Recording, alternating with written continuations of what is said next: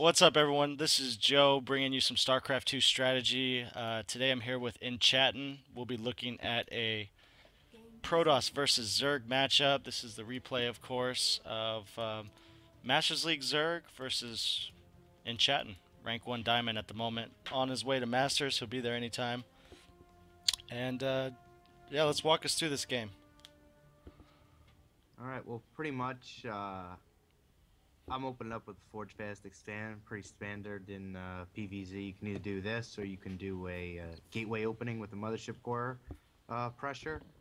But it seems that if you do that, they're just going to cheese you with Speedlings and then go straight to Mutalisks. So I try to avoid that as best as possible. So I'm just going to open up with a safe Forge Fast Expand. Nothing too crazy. Yeah, so generally I see most Protoss doing a Forge Fast Expand. That's the norm, but it seems like it leaves a lot of people open to early cheese and aggression. And yeah, I know a 6 pool is kind of out of the question, but more like a 10 pool or, you know, 14 pool or something like that. Yeah, that's most people do just macro up and take 3 bases once you get to a certain level. But a lot of people do a 10 pool. If you do get this cannon up at about 3:30, you should be perfectly fine because he's gonna either 10 if he 10 pulls you, there'll be about 6 to 8 lings in your base. You can easily fend it off with your probes, not a problem. And what happens then is, if he sends those lings in, what you do is you just wall off your base, kill those lings, and then put another cannon up, and it slows him down so much that you could just sit there and macro up, and there's nothing you can do about it because he's gonna keep on massing lings, and then more than likely he's gonna try to baneling bust you. So just get 4 cannons, and then pretty much you could just macro up all you want. On this game, I went for Immortal Sentry. So if I was gonna do that and he was gonna 10 pull me, I would just wall this off. And Let's go ahead and slow it down to faster real quick. So what's the overall goal? I know it's an Immortal Sentry. Is it considered an all-in, or is it just a pressure attack or timing attack? Well, it is considered an all-in, but you can, if you do enough damage, if you kill third base and you do enough damage to his army, it turns not into an all-in. It turns into a, you could still recover from it and still win quite easily. Yeah, more like So, a containing strategy. Is that what you're saying? yeah, it's more like a contain, but it's more like an all-in as well because you are aiming to kill him on the Yeah. first hit. Uh-huh. If you somehow don't succeed, you just gonna need, well, on this map it's gonna be really hard to take a third base. So on a map like this, it kind of is all or nothing. Okay. But if you do fail, I like to add another just 2 gateways, keep pumping, and just send them right out again. So this is really, really aggressive. You have 7 gateways and basically a Robo Bay producing 8 gateways. Yeah, most people have 7. Holy I go shit! for 8. I don't. That is one crazy all in. Yeah, no. That looks it looks mighty strong. Also, what people don't do is normally they go out at 9 minutes. I'm a little slow, but that's okay. Because if you see my forge, I'm already 1-0, and I'm going for that armor upgrade. Yeah, Which yeah. nobody really gets. But that armor upgrade is very nice because now everybody is starting to go Hydralisks because they realize that's the way to stop the Immortal Sentry all in. Yeah. And I'm getting a lot of Zealots. So I need that damage reduction from those Hydras or else they'll just get taken out. So you push out right around 9.5 minutes, huh? Or when you have about 3. Yeah, once I get my 3rd Immortal, I'm out. Okay. I'm just waiting a little bit, because I want to try to hit the moment I get my ground armor. Most people just go out and they don't even get the ground armor, so they don't got to worry about it. But I Yeah. want to be at his 3rd base when that ground armor finishes. That's why I'm chrono boosting it. Just sending some more Zealots in. Now, this... Before the fight, do you have the Collector's Edition game? I was just wondering. No. Oh, okay. Zealots look awesome now. This fight right here, Yes. this, Oh, now this is what you got to worry about if you're a Protoss player. okay.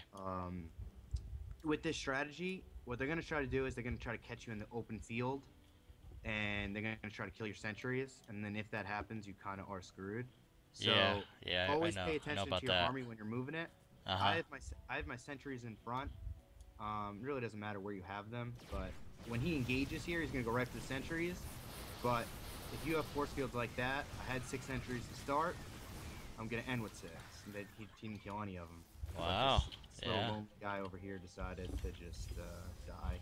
Yeah, he lost you haven't lost any units yet. You finally lost one, but Yeah. that was it's pretty good considering you wiped out 23 lings without losing anything. Man, the zealots look awesome. The blue ones like that? Yeah, that's the level 30. Oh, is that what it is? Yeah, because they didn't look like that before in Wings of Liberty. Yeah, and now if he has the spines, just the Immortals will just clean this up. Yeah, and Zerglings can't even compete with this. Yeah. You don't have to force field if he has Zerglings and you have Zealots like that, because Zealots act like a force field in itself. So don't waste your energy on that. It's just not worth it. I'm surprised he didn't go for some kind of like 3-base Immortal Max like Stefano. He can usually, or 3-base Roach Max like Stefano. Well, the thing about this timing is you got to get it in really quick, Yeah. and you just put the force fields, and there's nothing he can really do at that point. Yeah, you're hitting before 12 minutes. I think if I would have done it, or if I would have played against you, because really my only Zerg build is the, the Stefano style Roach Max type play, then I'd Mhm. probably be like maybe a little higher supply, but I don't know. Well, the thing about that is, if I see you go roaches, I would have double the amount of stalkers. Yeah. And you wouldn't have that many lings in the beginning. I mean, they really didn't do anything for him, but most people just go Hydra now because that's really the only way to stop it. Is this your style of build, or is it just Well, the way I did it with the 1-1, nobody else does it like that. I don't know why nobody else does it like this. I mean, I'm only waiting another 30 seconds, and I yeah? lose about a century. I still plot with 6. Most people plot with 7 or 8. Hmm. The only problem about that is I would recommend you go out with 8. Just wait that extra couple of seconds. If you're in Platinum League, you could wait that extra couple of seconds. The reason why I only go out with 6 is because I only need 6. If you see at the end of this game, I have 5 left. I only Yeah. lost 1. I never warped 1 in. I had enough energy for the force fields. If you can place your force fields amazingly, you don't really need any more than 6 sentries, and that allows me to get the 1-1 upgrade. It definitely Uh, solid. I mean, you lost practically nothing this game, 2 units, and were able to pretty much just wipe out your opponent. So um, definitely solid. Maybe I'll have you show me that one next time. Yeah. Anything else to add?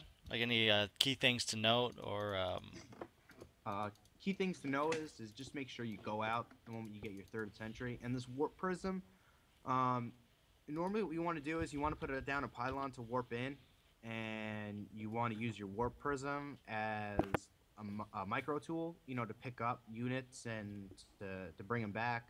mhm. I don't do that because I just micro my units, so I don't lose them.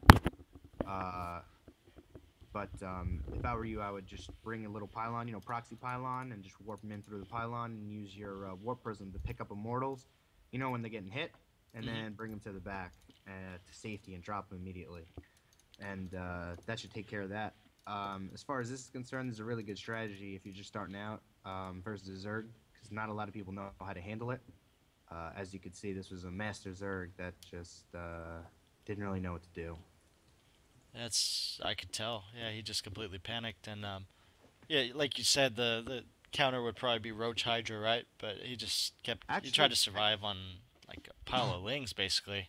well, it's Ling Hydra, and it's if you have your 3rd base, you have to get all Hydras up immediately, and you got to get them all to 1 base. Because what you got to try to do is, if you are Immortal Centering somebody who goes Ling Hydra, what you have to do is you have to intercept a Hydra. Either it's whichever pile it is in the Hmm. 1st base, natural, or second, 3rd base. You have to make sure you force field it and you kill those, and you split the army in half, and you Okay. kill the Hydras immediately, or else Hydras will just rock through your whole army, and there's really nothing you can do about it because they'll have what is it, 6, 8, 12? No, 18 hydras. He should So have about it 18. really comes down to splitting and that kind of thing, and blocking people off in the ramp, basically right here and that kind of thing. Yeah. Drop back to before we even fought. I want to see. I'm curious to see how many workers he had before you wiped out his third. Yeah, right there, I guess. So he was up to 60 workers. Not quite the 72 benchmark, but he got scared. He pretty much transitioned. If you look at the production, like he just built like 30 some lings rather than his last wave of drones. So Yep. roughly Zerg benchmark, you get up to like 72 workers, and then you build a shit ton of army. But I think he thought he could just counter this, and then those, yeah, those are some good force fields. Yeah, he saved all your sentries for the most part. Yeah. And now he's like, oh no, I can't do anything. I'm fucked. And Yeah. yeah, This macro hatch. I mean, he did everything right. It's just he just there was that extra Zerglings needed to be hydras. He needed to save it. He needed to get hydras. And he needed to mass them. But yeah, it was just too late. Yeah, that first engagement just screwed him. Or he should have got a battling nest if he were going to build that many lings. He needed banelings or something. the only one problem about banelings though is I always pick them off with my stalkers because my force fields you'll have to go all the way around and it's just so much gas. The only way I'd see him actually being able to engage is if he gets you moving and hits your sentries, and then it's like just a matter of time before he wears you down. I think he could probably stop you with lings if that were the case, you know. Yeah. Yeah. You just got to make sure your army is never split apart. I like to have my sentries in the front. That way I can force field around them, and then my army conclaves into my sentries and pushes them into the force field, and the links can't get to them because sentries with energy are the most important thing about this strategy. You need to keep them alive as best as possible because you want maximum amount of force fields and guardian shields. That makes sense. Makes sense. All right, so we're gonna go ahead and end it there. Thanks for watching, guys.